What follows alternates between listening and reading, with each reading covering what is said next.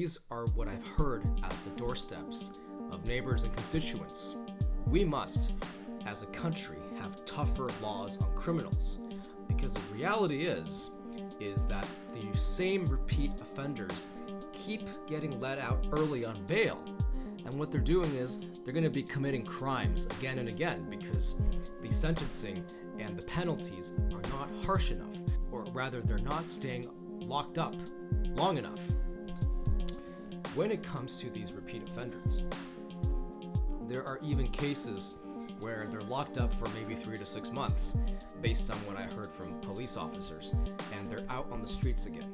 You've got the chronic reoffenders because they need help, because they have some mental issues, or you have organized crime. If you are an organized criminal, you have a big organization, your people getting caught and staying in jail for 3 to 6 months, you'd be very happy because they're back out on the streets again, stealing things or stealing cars from you.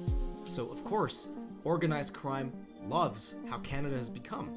The immediate, near-term solutions that we can do to address crime is, number one, have adequate police staffing, so enough police officers, and number two, make it so that criminals fear committing crime because the penalties are harsher.